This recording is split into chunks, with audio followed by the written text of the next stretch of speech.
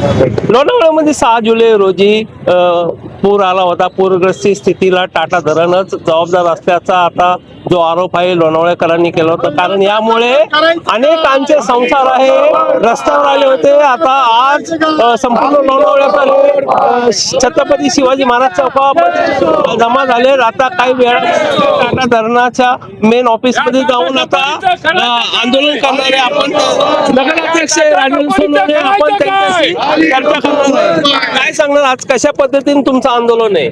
आज टाटाच्या विरुद्ध जे 5-6 जो पूर आला होता, या पुरात सर्व लोणावळकर नागरिक सहभागी झालेत.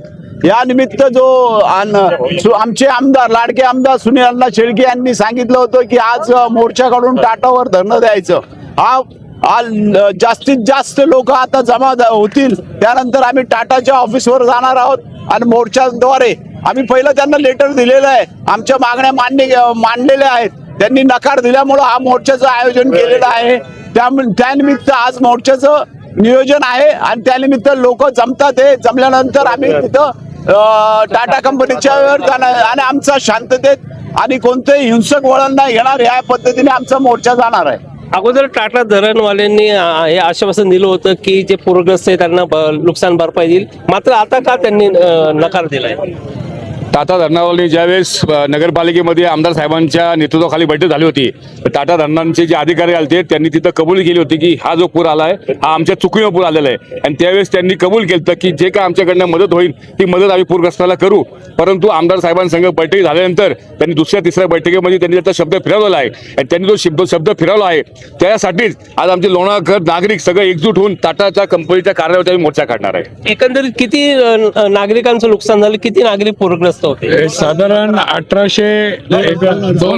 2017 परिवारांचं नुकसान झालेलं आहे. याची भरपाई टाटानी करावी अशी आमची सगळ्यांची मागणी आहे. कारण बऱ्यापैकी त्यांचा वाटा आहे.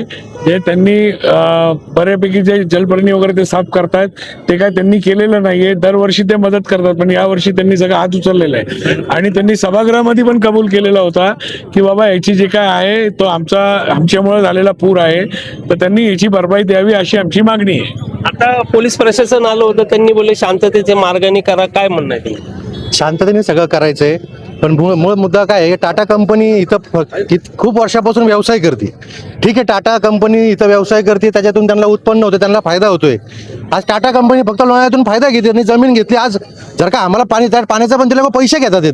आज वेळ आली त्यांच्यामुळे, जर का त्यांची चुकी झाली, आज वेळ आली द्यायची, तर त्यांना आज टाटा कंपनीला लय छोटासा विषय, पण टाटा कंपनी ह्याला ताणायलाच पाहिजे नव्हतं. आज सगळेजण आम्ही गेलो, त्याने आम्हाला असं एकदम किरकोळमध्ये हे केलं का नाही आमच्यामुळे झाले, नगरपालिकेमध्ये आला आमच्यामुळे चूक आहे सगळे बोलले. आता म्हणतात नाही आम्हाला ह्याच्यात काही करायला जमणार नाही. तर असं कधी झालं तर हे आम्ही शांततेनेच करायचंय. पण हे लोकांची जी राग आहे हा राग पूर्ण टाटा कंपनीवर. उद्या आम्ही लोकांना आव्हान करणार, टाटाचं कुठलाही प्रोडक्ट वापरू नका.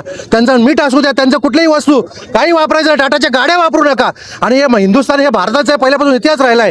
हा जेव्हा लोणावळा हे निर्णय घेणार तर भारत हा निर्णय घेणार. टाटा कंपनीचे कुठलेच प्रोडक्ट वापरू नका. अशा पद्धतीने हा संपूर्ण राग आहे तो टाटा कंपनीवर दिसून येतात. आता आपल्यासोबत उपनगर अध्यक्ष आहेत, त्यांनी काही दिवसापूर्वी इशारा दिला होता जर टाटानी नुकसान भरपाई दिली नाही तर टाटा धरणाच्या जे कार्यालय आहे तिथं आम्ही मोर्चा नेणार. काय सांगणार?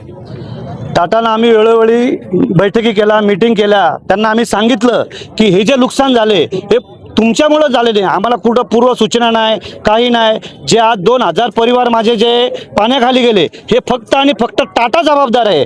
त्यामुळं आम्ही त्यांना सूचना देऊन त्यांनी ऐकल्या. म्हणून आज जन आंदोलन आज आम्ही करून हा जो लोकांचा राग आहे ते घेऊन आज हजारोंच्या पद्धतीने माध्यमातून आम्ही लोक आज त्यांच्या कार्यालयावरती जाऊन आंदोलन करत आहोत. जन आंदोलन हे तुमचं कशा पद्धतीने, शांततेने का कशा पद्धतीने तुम्ही तुमचा राग? 100% शांततेनेच आम्ही हे आंदोलन करणार आहोत. आणि या ठिकाणी अनेक वर्षापासून काडी जमा करत उभे केलेले 2000 संसार या लोणावळा शहरातले संपलेले आहेत. आज त्यांच्या घरामध्ये खाण्याच्या वस्तू जरी आम्ही किट त्या ठिकाणी दिलेल्या असतील तरी पण त्यांची राहण्याची खाण्याची व्यवस्था त्यांनी ज्याप्रमाणे 10 वर्ष काडी करून उभं केलं तो सर्व संसार उद्ध्वस्त झालाय. त्याचा रोष आज जनतेच्या मनामध्ये आहे. आणि समस्त लोणावळेकर, सर्व संघटना आणि सर्व पक्षाचे पदाधिकारी या मोर्चामध्ये सहभागी होणार आहेत. हे आंदोलन शांततापूर्ण असेल नक्की, परंतु टाटा कंपनीने यावर चांगला उपाय नाही योजला तर त्याचा जन आक्रोशाला टाटा कंपनीला सामोरं जावे लागेल. आपण जर पाहायला गेलं तर ह्या संपूर्ण जे धरणग्रस्तांच्या खाण्यापिण्याची जी सोय आहे ते नगरसेवक असेल किंवा नगर परिषदेच्या मार्फत केली होती. कशा पद्धतीने या संपूर्ण पूरग्रस्तांना जी तुम्ही रसद पुरवली होती? खरं तर रसद पुरवली हा विषय दुय्यम आहे, पण ही जी नैसर्गिक आपत्ती आहे ही वारंवार ही कुणाला सांगून येणार नाही.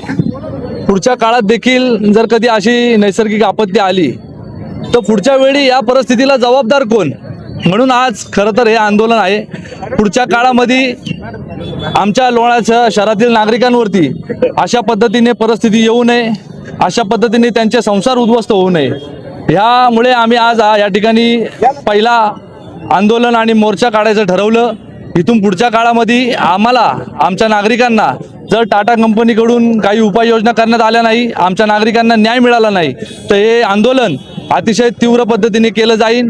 भविष्य काळामध्ये आम्ही आमचे जे काय पूरग्रस्त नागरिक आहेत त्यांना घेऊन उपोषण, अमरण उपोषण टाटा कंपनीच्या कार्यालयासमोर करायला सुरुवात करू आणि इथून पुढच्या काळामध्ये टाटा कंपनीकडून न्याय आम्ही ठोकून घेऊ एवढंच या ठिकाणी आश्वासन देतो. अशा पद्धतीने जर आपण पाहायला गेलं तर इथं काही महिला पण आहे. आपण जी महिलांची काय सांगणार ताई, आज कशा पद्धतीने हे आंदोलन आहे? सगळ्यात पहिल्यांदा मी टाटा कंपनीचा जाहीर निषेध करते. सर्व समस्त लोणावळेकरांतर्फे जाहीर निषेध आहे टाटा कंपनीचा. आज लोणावळ्यातल्या 2000च्या वर घरांचं जे पूर्णपणे नुकसान झालेलं आहे त्याची जबाबदारी टाटा कंपनीने घ्यावी आणि सगळ्या घरांना त्यांनी भरपाई ही द्यायलाच पाहिजे. आज 70 आणि 80 वर्ष झाले असतील, काहींचे संसार आहेत, काहींचे 40 वर्षाचे संसार आहेत. जेव्हा आपला संसार हा पाण्यामध्ये जेव्हा वाहून जातो तो तळतळाट आहे, तो त्या महिलेचा तळतळाट आहे आणि तो तळतळाट त्या टाटा कंपनीला लागणार आहे. त्यांनी जाहीरपणे माफी मागावी आणि सगळ्यांचे संसार भरून द्यावेत. काय सांगणार तुम्ही? पाहायला गेलं तर ही जी घटना झाली अत्यंत दुर्दैवी, याला खरं पाहायला गेलं तर जबाबदार कोण? नगर परिषद जबाबदार का टाटा? नैसर्गिक आपत्तीमुळे गेले 5, 6, 7 जुलै रोजी जो अतिवृष्टी झाली होती त्याची जबाबदारी सर्वांनी घ्यायची होती. प्रशासनाने पण त्याची जबाबदारी स्वीकारलेली आहे. त्याची मदत ही लोणावळा नगर परिषदेच्या माध्यमातून सर्व नागरिकांना झालेली आहे.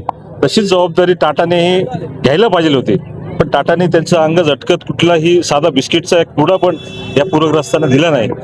त्याबद्दल त्यांच्या निष्क्रियतेबद्दल मी त्यांचा या ठिकाणी निषेध करतो. तमाम लोणावळेकर नागरिक या ठिकाणी टाटाच्या प्रशासनाचा निषेध करण्यासाठी या ठिकाणी उपस्थित आहे.